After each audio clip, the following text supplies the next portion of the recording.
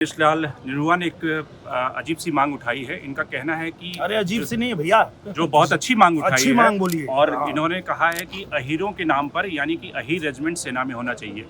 जाति के आधार पर पहले भी कई सारी रेजिमेंट है, लेकिन अहीर रेजिमेंट की जरूरत क्यों पड़ी, इनसे सुनते हैं। आप बताइए कि क्यों जो कास्ट के आधार पे आप कहते हैं कि सेना में एक रेजिमेंट होना चाहिए, तो अहीरों की संख्या इतनी है, इंडिया में पॉपुलेशन इतनी है, आपको इसकी जरूरत क्यों आन पड़ी? हाँ, इसीलिए आन पड़ी कि जब भारत में 26 करोड़ की आबादी अहीर समाज की है, जब सेना में 18% सैनिक जो है वो अहीर समाज के हैं, और बाकी लोगों को जब उनका सम्मान मिला है उनके शौर्य के दम पे, उनके साहस के दम पे, गोरखा रेजिमेंट बना है, सिख रेजिमेंट बना है, राजपूत रेजिमेंट बना है, कुमायूं रेजिमेंट बना है, तो अहीर रेजिमेंट क्यों नहीं बनेगा? अहीर रेजिमेंट हमारा हक है और इसलिए मैंने सरकार से मांग की है कि इसको तत्काल गठित किया जाए।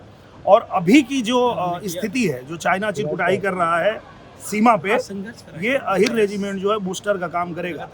अहीर रेजिमेंट का नाम सुन के चाइना की रूह कांप जाएगी, क्योंकि चाइना को पता है कि 62 की युद्ध में अहीरों ने कैसे उसकी सेना को पटक पटक के मारा था, उनकी खोपड़ी तोड़ दी थी, उनके घुटने तोड़ दिए थे। और अगर वो आज जीवित होंगे तो अपने बच्चों को यही सिखा रहे होंगे कि बेटा सेना में जाना, सीमा पे जाना, लेकिन अहीरों से बच के रहना।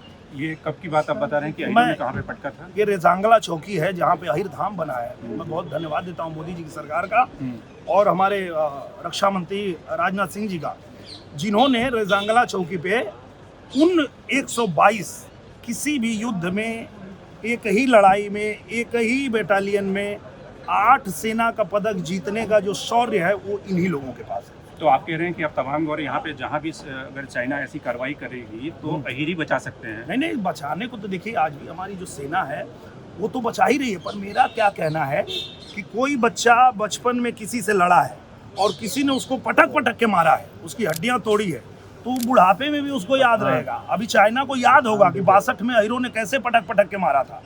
मैं ये बात कर रहा हूँ, वो जो कांपने की बात कर रहा हूँ, इसलिए कि वो कांप जाएगा, उसको याद आएगा कि किस तरह से अहीरों ने मारा था और उनको घुटने टेकने पे मजबूर किया था।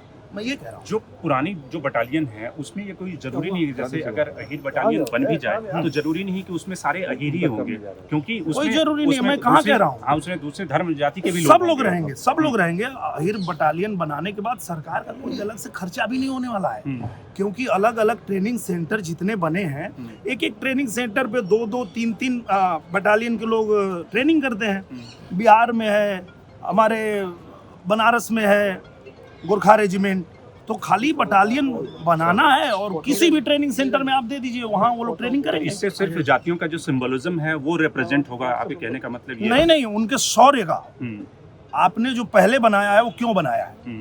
आपने राजपूत रेजिमेंट है ना हमारे सेना में, सिख रेजिमेंट है ना, गोरखा है, कुमायूं है, तो वैसे ही हम चाहते हैं कि हमारा जो योगदान है, जो हमारा बलिदान है, जो हमारा शौर्य है, उसको भी दुनिया जाने, देश जाने, सब लोग समझे कि हाँ हमारा भी योगदान है और हमें भी सम्मान मिला है। लेकिन अगर सरकार या सेना या फिर डिफेंस मिनिस्टर ये करने लगे, इस तरह के अगर जातियों के आधार पर रेजिमेंट बनाने लगे, तो भारत में तो 1200 से ज्यादा जातियां हैं। तो 1200 से ज्यादा जातियों में कितने जातियों को जन्म लेते ही और जैसे ही उनके माँ बाप उनको सिखाते हैं कि 12 बरिस ले कुकुर जिए, 16 बरिस ले जिए सियार, 18 बरिस ले छतरी जिए, आगे जीवन को धिक्कार, हम तो ये सीखे हैं। और जब ये चंद्रवंशी छतरी हैं, इनके खून में है युद्ध लड़ना।